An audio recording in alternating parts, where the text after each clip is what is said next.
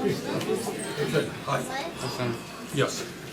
You, in your speech tonight, you said you won't criticize or attack Hillary Clinton, certainly, but you did seem to draw some implicit contrast when you said you don't take money from super PACs and you voted against the Iraq war. What I said is that corporate media talks about all kinds of issues except the most important issues. Okay? And time after time, I'm being asked to criticize Hillary Clinton. That's the sport that you guys like. The reason this campaign is doing well because we're talking about the issues that impact the American people. I've known Hillary Clinton for 25 years. I like her, I respect her. I disagree with her on a number of issues. No great secret. I oppose the Trans-Pacific Partnership. Okay? I want to raise the minimum wage to $15 an hour. Doesn't she? No, not to the best of my knowledge, no. I believe I am opposed to the Keystone Pipeline. Okay, I voted against the war in Iraq. I voted against the USA Patriot Act. These are differences of opinions that we will discuss. But the issue that I want to be talking about is the collapse of the American middle class. You guys going to write about that? Yeah. Is that an important issue? Please do. The need to create millions of decent paying jobs. The obscenity of the kind of level of income and wealth inequality that we have today.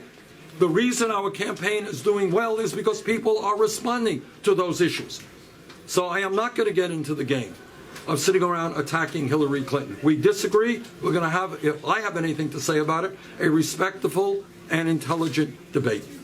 Other questions? Why do you think working class people in America vote against their economic self-interest? That's a good question. And if I knew the complete answer to that, I'd be a lot smarter than I am. But this is what I will tell you.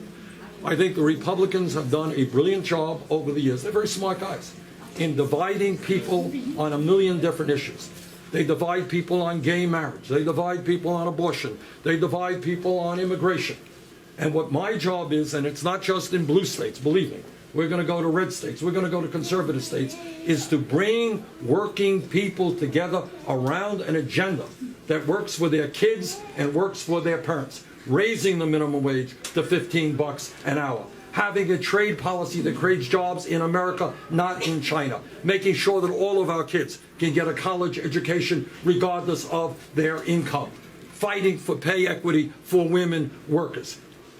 We have an agenda that I believe can bring people together. And when we do that, we're going to win this election very easily, I think. How do you reconcile being the anti-establishment candidate with being a career politician? Other questions? Well, you said you were a politician. I think that's a fair question. I've run for office I've been in office for 25 years. As a candidate for mayor of Burlington, I became the first independent ever elected in the city's history by taking on the entire ruling class of the city of Burlington.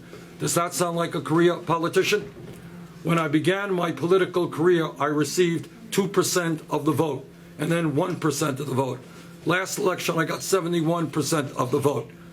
Running for office, representing working people, taking on Wall Street, taking on the military-industrial complex, taking on private insurance companies, taking on pharmaceutical industry, I don't think that makes me a career politician. I think that makes me as a candidate who is standing up for working people and prepared to take on the big money interest in this country. Your new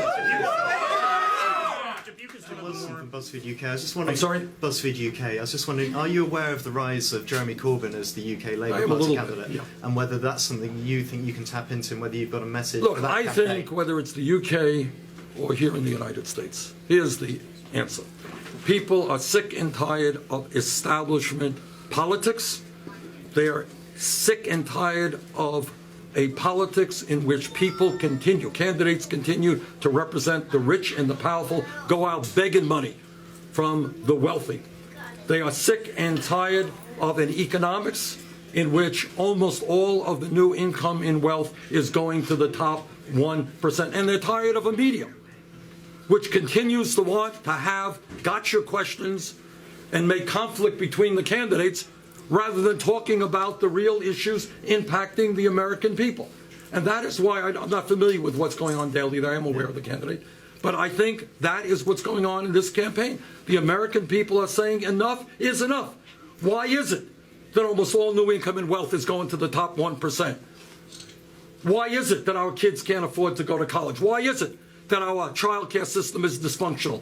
Why is it that we're the only major country on earth that doesn't guarantee health care to all of our people who have family and medical leave?